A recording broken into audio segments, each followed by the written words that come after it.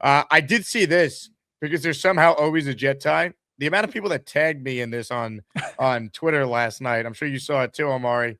The Jets had a better chance to win the 2027 Super Bowl than the Knicks did to beat the Cavs during that fourth quarter comeback over at Poly Market, which is like basically a predictor market where they have odds on various things.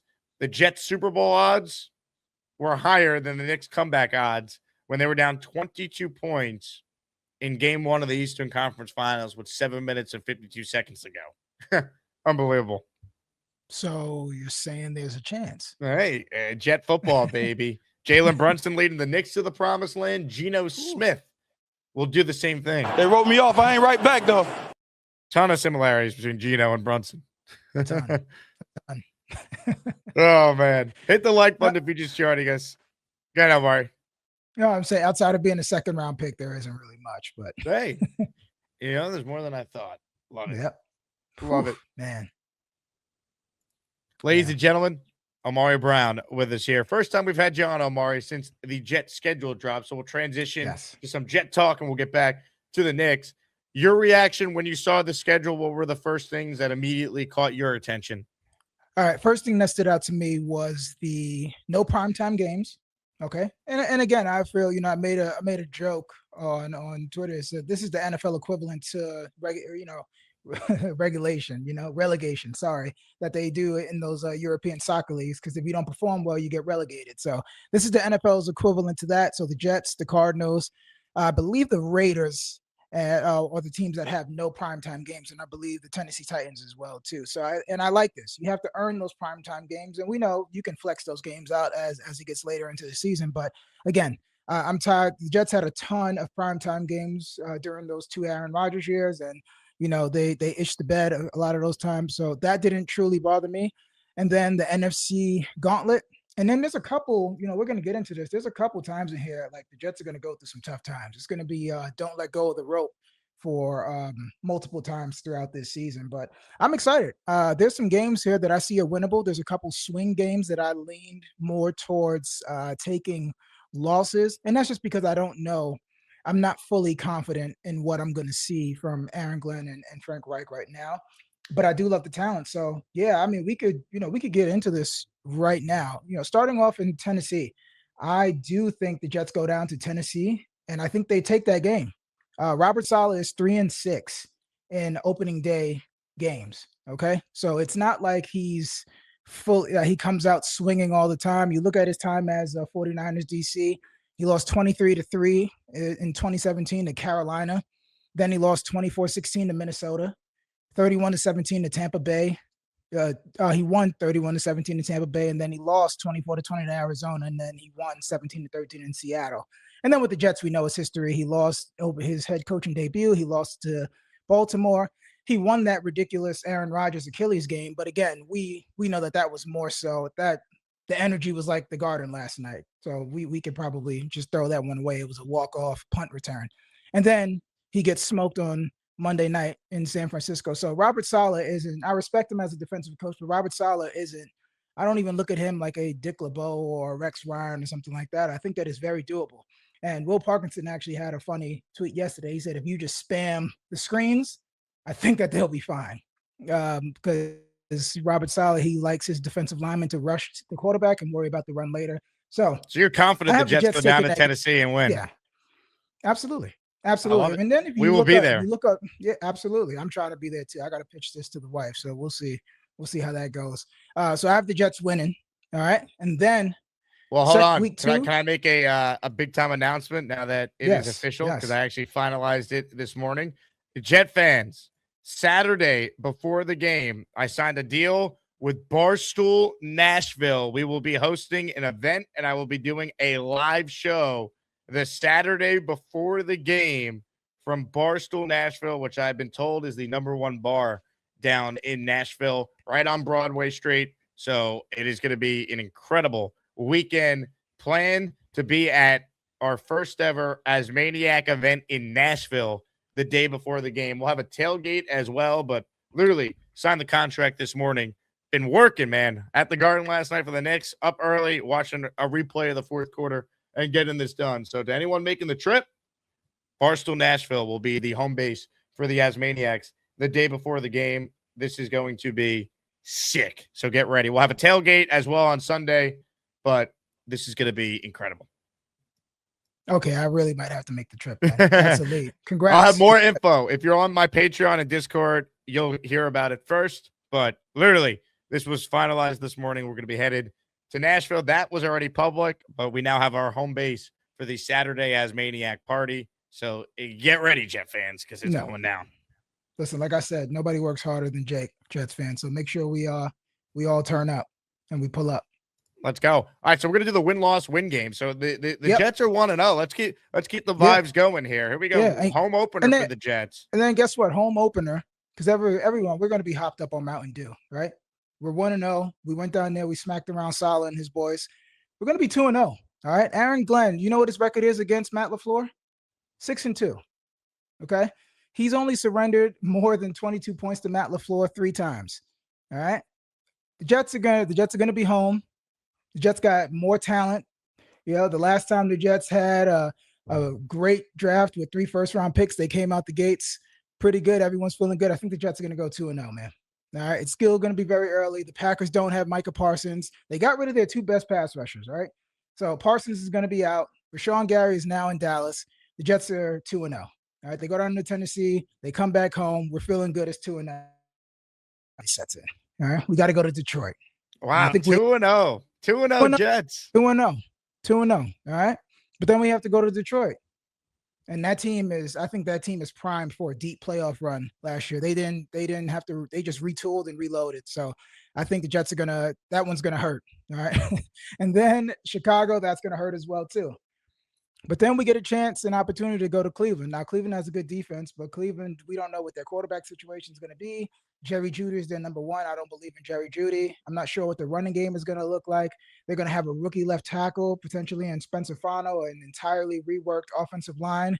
I like the Jets' defensive line and their defense in that matchup. It's probably going to be a close, ugly game, but we know that the Jets have gone to Cleveland and have come out on the other end of that, all right? Then the week after that, we're in week 6 right now. That's New England.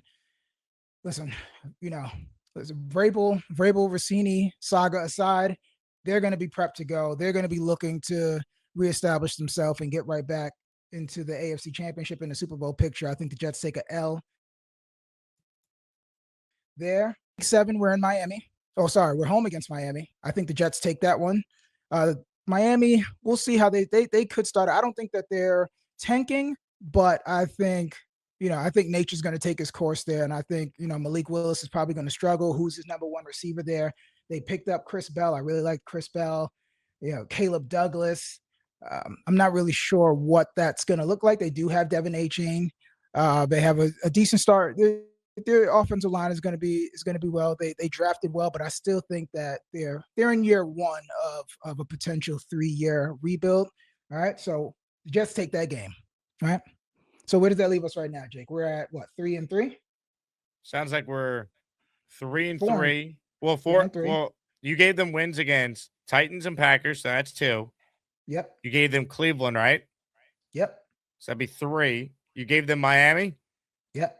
That's 4. Yep. And then the Raiders. I'm giving us a win. So that's 5 wins. So you have the Jets starting 5 and 3. 5 and 3. Yeah. 5 and 3. 5 and 3. 5 and 3 start for Aaron Glenn. Let's go. Listen. I know where I have technical difficulties. This is not a glitch. 5 and 3 for Aaron Glenn. No, I'm glitching hearing that.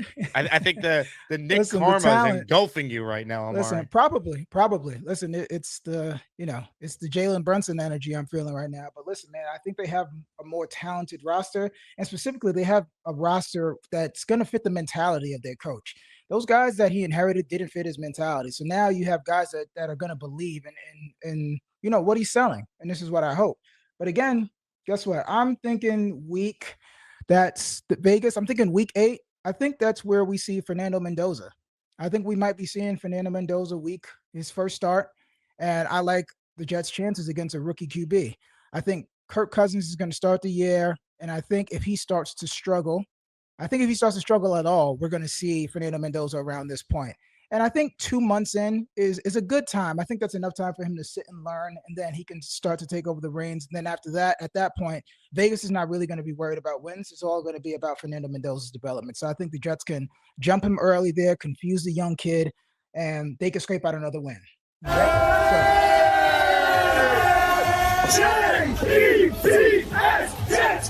Jets, let's go.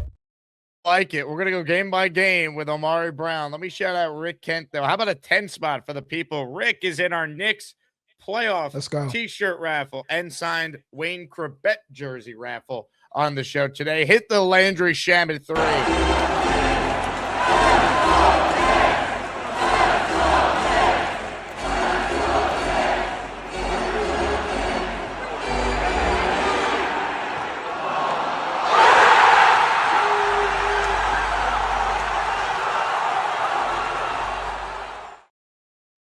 Let's go. Rick, 10 people now channel members thanks to him. Hear your name. Thank them. Amy, Zach Asman, Dan C, Paolo P3, Robert Thean, Turn Up the Jets, Rem SDI, Arth Bar 64, and Jake Capuano, all receiving a membership there from Rick, who was in New York over the weekend at the Subway Series. So shout out to the Rick Kent. All right, Omari, 5-3 New York Jets. Now they have a gauntlet where they're taking on the Chiefs, the Bills, and the Chargers before they get the Dolphins on the road. At 5-3, they give themselves some wiggle room here. How do you see the next three playing out? This is where you and I are going to have to talk fans off the ledge during the season. This is going to get spooky. This is where we can't let go of the rope, Jake. I got losses at Kansas City because by that point, Mahomes will be healthy. Eric Bieniemy's back there. I think that by that time, that offense is going to be rolling. All right, and we already know what Spags is going to do with that defense, and they added to their defense as well, too, with Peter Woods and arguably quarterback number 1. So I expect them to be a fully functioning red machine by then. So the Jets take L's in Kansas City. They take L's versus Buffalo because I just think that Buffalo's the better team. And I think that we're nearing the end of that Buffalo window, but they're still a fully functioning machine right now. And they added some firepower as well, too. And I think Josh Allen is one of the best QBs in the league. Then they're at the Chargers. And for me, I think the Chargers are going to win that division. I don't know if that's a hot take or not. Justin Herbert with Mike McDaniel, all the weapons that they have with their offensive line returning. Joe Alt is one of the best tackles in the league, and so is Rashawn Slater. So both of those guys are going to be back, and Omari on Hampton. They're one of the best teams on paper in the entire NFL. So the Jets take a loss there. And then it always gets spooky in Miami. The weather, the humidity, the Jets lose their 4th in a row. All right. And then they limp into the bye. All right. So the Jets get to reshuffle. Hopefully they get to regroup. By that point, we should see an emerging Kenyon Sadiq. We should see Omar Cooper Jr. start to get some more snaps. And now we're starting to work in the new blood. Okay. So we're opening up the playbook a little bit more. Gino's taking more chances. We come out of the bye, Jake, and we beat Denver. I think we've always played Denver tough the last couple of years. Denver's going to have a cross-country trip. It's going to be an early game, so they're going to be on 10 o'clock time when kickoff. I think the Jets can take that game. It's going to be a nasty, ugly game. I'm thinking something like 14-9 or 13-10. It's going to be one of those type of games. And again, the Jets have the coaching disadvantage in that, but I think the talent level of the Jets now can kind of mitigate some of those concerns that we have, right? So they beat Denver. I think they beat Arizona. I think even in Arizona, I think they're going to beat them. You're telling me it's either going to be Jacoby Brissett, Gardner Minshew, or Carson Beck. Give me all three of those. I think that's barbecue chicken alert on all three. That's how I'm feeling about that. And then Minnesota was one of the swing games for me because Minnesota, I think that they're pretty volatile. We could be talking about Minnesota reestablishing himself as a playoff contender, or we could be talking about Kevin O'Connell being the hottest name in the coaching market come next offseason. So you're telling me it's either going to be J.J. McCarthy or a nicked up Kyler Murray at MetLife, January 3rd. So I like our chances there for both of those guys. And then we go up to Buffalo, and that's a house of horrors. That's going to be I don't like the Jets' chances unless Buffalo doesn't have anything to play for. So I think that could also be a swing game too. So I have the Jets at 7-10, Jake. I know most sporting sports books have them at 5-5. There's a couple swing games here I think that they could win. And if somebody wanted to tell me that you could see them at 8-9 or 9-8, but I'm going to sit at 7-10, and I think that that's a realistic way to look at that because you're doubling your win total. You've injected a lot of youth and talent with this roster. Another year of Glenn on the job, and you have some stability at quarterback and hopefully play calling. So I think 7-10 is a nice bar to shoot for. And again, I know that leaves you in purgatory because at 7-10, you're picking anywhere from 11 to 15. But again, the hate watch of the Indianapolis Colts is going to be generation, and I'm going to be leading the charge of that as well too. So I'm not even worried about draft picks. I think tanking and I think losing poisons a franchise and the fan base. All you have to do is go to Jets Twitter. So I'm going to be rooting to see some competitive football, and I want the Jets to be in the hunt graphic come Halloween. If they start 5-2, yeah, or 5-3, and finish 7-10, I don't know if Glenn survives that because that'd be a collapse, no? But would that be the worst thing, that they win some games and then you get an offensive-minded coach in here? No, I'm not saying it'd be the worst thing. I'm just like putting myself in the shoes of like if they're overachieving early and then they fall apart, it's kind of like 2022 all over again. Yep. But 2022, think about it. The parallels are there. They injected a ton of youth and talent from the draft. Yep. And they won on the margins with a lot of shrewd moves. Like I think that they could. They got you look at the 2021 draft. They were able to get production from the players that they did pick there. I can see parallels there, and I don't really like to use the Detroit parallel, but in that first draft they were able to get Penei Sewell. The Jets were able to get Armand Mimble. That second year, they were able to get Aiden Hutchinson. The Jets were able to get David Bailey. I'm not saying that Armand Mimble and David Bailey are Penei Sewell and Aiden Hutchinson, but you can see the parallels. And if I put my green Oakleys on, I could definitely see the parallels. So, yeah, man, hey. I'm here. Let's talk about it. 7-10, it's out there now. So all the I gotchas, I'm ready for it. Let's go. The Jake Asman Show is now presented by PrizePicks. PrizePicks is a daily fantasy app made simple. Just pick more or less on your favorite players' projections and build your lineup in seconds. Download the PrizePicks app today. Use code HMA to get $50 in lineups after you play your first $5 lineup. And PrizePicks is already offering NFL futures, including futures for New York Jets players. Take a look at the lineup that you see on the screen. Garrett Wilson, more than 4.5 reception touchdowns. David Bailey, he's going to have at least 7 sacks his rookie year. Arvell Reese, almost a Jet. I think he'll have at least 3 sacks in his rookie year with the Giants. That is a 3-pick power play, $10 to pay out $60. That is just an example of some of the lineups you can make over at PrizePicks. Make your own lineups today for any sport. Just download the PrizePicks app, use the code HMA, and get $50 in lineups after you play your first $5 lineup. Some other topics I want to hit with you, Omari. Yep. Aaron Glenn taking over the defensive play calling. I want to play you some comments from Connor Rogers on Badlands. He talked about a red flag with all this. I want to get your take whether or not you think this is fair criticism or a valid concern. I think they're set up better for Glenn to be able to handle the defensive play calling, especially Dunbar being on the staff also helps a little bit in certain ways. But the elephant in the room that nobody wants to ask is Aaron Glenn good at calling a defense? We really can't say that with our chest out. We can't. He's had moments. It's not, though, like, look at the guy that just won the Super Bowl. Everybody in the world knew what that dude was all about on defense and Mike McDonald. Yep. And then it carried over. And I think it's a little bit of a red flag to me that when Glenn got this job, he was so adamant about not calling the defense, where a lot of the guys that have instant success lean on what got them there in the first place.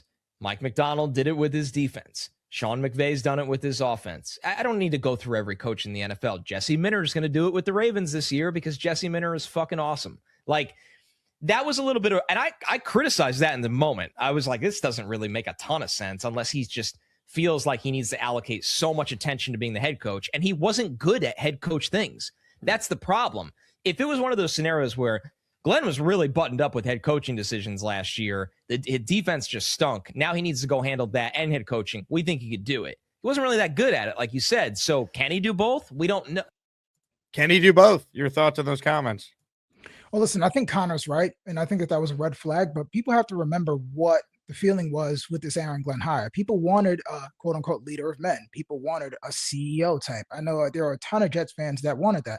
And the first thing that a first-time head coach does, and people like to see, is that you hire someone on your staff with previous head coaching experience. Steve Wilkes, he wasn't successful at it, but he's had previous head coaching experience during his interim run with the Carolina Panthers. And he borderline turned that team around, and a lot of people in that building were upset that he didn't get that job. So again, I thought that it was I thought him being the head coach and the overseer of everything was the right move to do. And I think he did struggle at the head coaching duties, because again, there's only 32 of those jobs in the world. So it is tough, and you don't really know what you're going to have to face and what you have to battle until you're sitting in that seat. And then you sprinkle on, not making the playoffs in 14 years and the dysfunction at everything that came in and all that goes into being, associated with the Jets and being the head coach of the Jets. And he was just overwhelmed. He was overmatched. And there's no way to speak about that. But again, more context needs to be with his time in Detroit. When he took over that Detroit team, they were a bad team. And if you look at what he was running out there, it was 2021, what year was that? The 2021 Jets level bad. I think that they were ranked towards the almost last in almost every defensive metric. But then as you started to add more talent, like Robert Saleh was able to do, you're able to do more things. And sometimes talent can supersede the scheme. And I think now he has some professionals in there that understand what he needs them to do, and they're elite at it. David Onyemata, T'Vondre Sweat, these guys are professional run stoppers. They're going to be able to stop the run. And now you have bona fide. I don't want to say bona fide. You have guys who you think that are going to be able to get to the passer.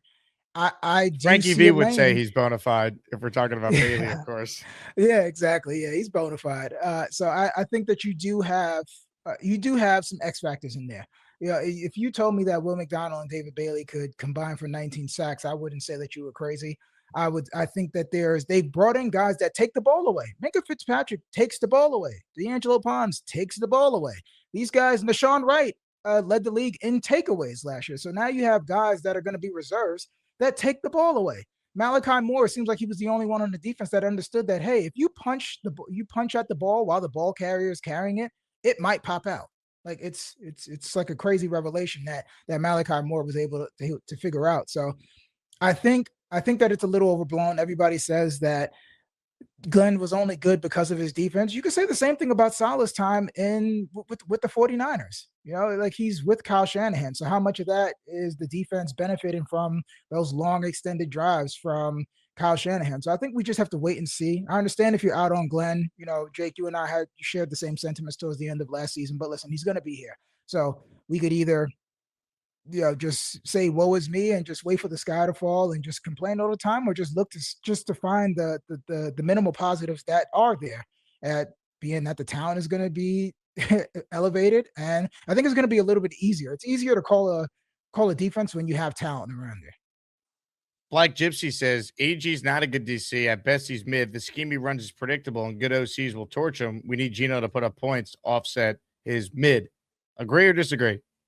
I mean, a lot of good defenses, they don't have to be exotic. Not every successful defense needs to be the Rex Ryan blitz heavy or anything crazy like that. Seattle, they sit in split safety in zone most of the time. They just have elite horses that can do what they need them to do. Robert Saleh basically ran cover 3, rarely blitz, until people started complaining and saying, hey, listen, we're not getting home with just 4. How about you throw a blitz in every time? The good defense are able to stay in base and able to neutralize a lot of what the offense is doing. I just think it's tough I think whenever Glenn had the horses, that defense was opportunistic and they were good. I just think it's hard to I just sometimes people overvalue coaching, and I think that coaching is important in this league, especially now, from a schematic standpoint and scheming people open and putting guys in opportunistic situations. But again, you need talent, and the Jets just didn't have enough talent. I know you want to say Quentin Williams was an All-Pro and Sauce, those guys. I don't want to say that they quit, but it just didn't look like it mattered to them as much once Aaron Glenn was in here. So I think that we should judge him, going forward. Comments, questions, super chats, cut the line. Do you believe Aaron Glenn has learned from year one and now could properly delegate responsibilities as being a head coach and now taking over the play calling as the defensive mind? Omari Brown from U Stadium is with us here. We are presented by my friends over at PrizePicks. Jet fans, it's easy. Download the PrizePicks app. Use the code HMA. Put $5 in and get $50 available instantly. By the way, for those of you who took part in our prize pick for the Knicks and the Cleveland Cavaliers yesterday, we did hit on the prize pick lineup we gave out on the show. Josh Hart did hit 1 3-pointer, so we got that. Donovan Mitchell did go out there and shoot more than 20 times. He took 23 field goals attempts, so he went over the 20.5. And Cat had 5 assists, so he went over the 4.5. So if you followed along, we took $10 and we won $37.50. Let's do a Jet-related one for Omari Brown today. Let's talk about Omar Cooper Jr. for a moment. Want to get your thoughts on him as we start to talk more about these rookies. Here are the numbers for Omar Cooper Jr. over at PrizePicks. His receiving number, Omari, 575.5, and his touchdown number is 3.5. So let's do the touchdowns first. More or less 3.5 reception touchdowns for Omar Cooper Jr. So I'm gonna go less because my number's right at 3. So I'm going to go less, 3.5 touchdowns. I'm going to go less on that because I just think that there are a lot of mouths to feed. And on the pecking order, we went over this last week. I think that he's going to be about 5th or 6th on that rung, just depending on how,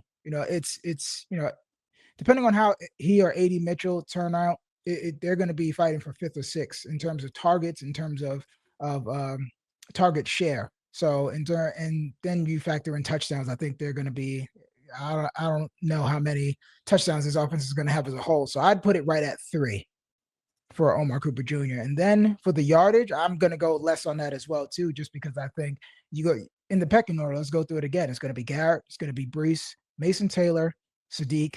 And then he's going to be battling, the rest of that is going to be between veteran Tim Patrick, Adonai Mitchell, and Omar Cooper Jr. Towards the end, I would love to see Omar Cooper Jr. taking, the lion's share of all those snaps, but I think it's going to be slow. And I think that this is an opportunity for them to bring him along slowly as well, too. So I'm going to go less on both of those, but that has nothing to do with how I feel about Omar Cooper Jr. I think he's going to be a steady pro for a good number of years.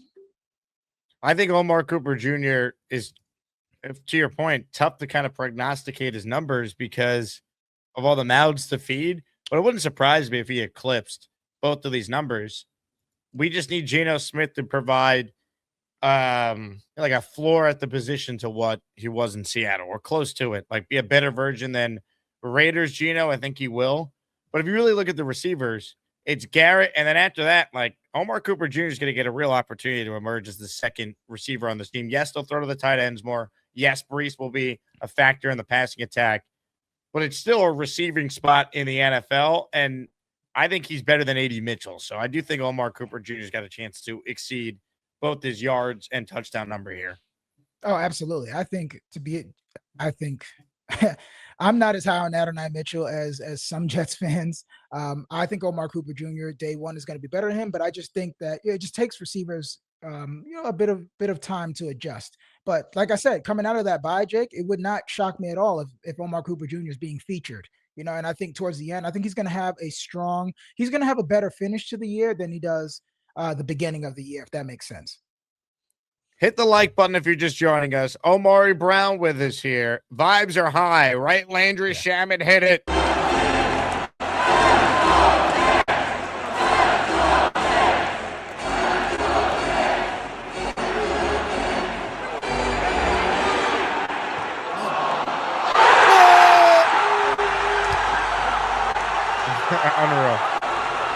Unreal. Landry Shamet fighting for a roster spot in October, hitting clutch threes in game 1 of the Eastern Conference Finals. God, I'm giddy this morning. The vibes are immaculate, Jake. It's Cloud 9. This is what it feels like. Yeah. Oh my goodness. Who wants a Knicks playoff shirt? That and a Knicks rally towel is the prize in the raffle today, plus a Wayne Corbett signed jersey. So we got 2 prizes, really 3 if you count the rally towel and the shirt as a separate prize. We'll pair them up together. Unbelievable. Beastbreaker says New York was lit. He's not wrong. It's not wrong. He's not wrong. Omari was asleep, and all of a sudden he woke up and was like, huh? What? Listen, I can't believe it. I can't believe it. But, I couldn't come here and be a fraud and say that I watched the whole thing. And, listen, man, I got tired. I get up at 5 a.m. every day. So by the You're time not alone, man. By the time 10 o'clock rolls around, but if I was in the building like you can't go to sleep. I mean, you probably couldn't sleep for like 3 hours after leaving, right? Well, just being there a year ago when they lost the reverse of that game last night, game 1 against Indiana with Halliburton shot and then losing in overtime. I sat in my seat until Garden Security was finally like, you gotta go. Like, I didn't move. I just sat there. Like, it was just like, just in disbelief. Like, so, yeah. Oh, I try not to allow my teams to affect my mood anymore. I do a bad job of that.